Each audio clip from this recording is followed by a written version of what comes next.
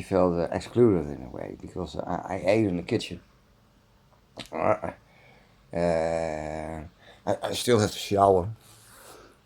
If 6 hours in a row I ate bleeding nose. This is then small part. That was just one time go.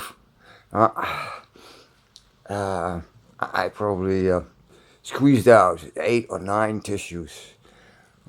2 or 3 drops on the side of my, next to my pillow. I thought about how am I going to get there in the hospital. And then for the chances of infection, I will get iodine containing contrast liquids. So I think I'm better off going there, even holding a tissue on me.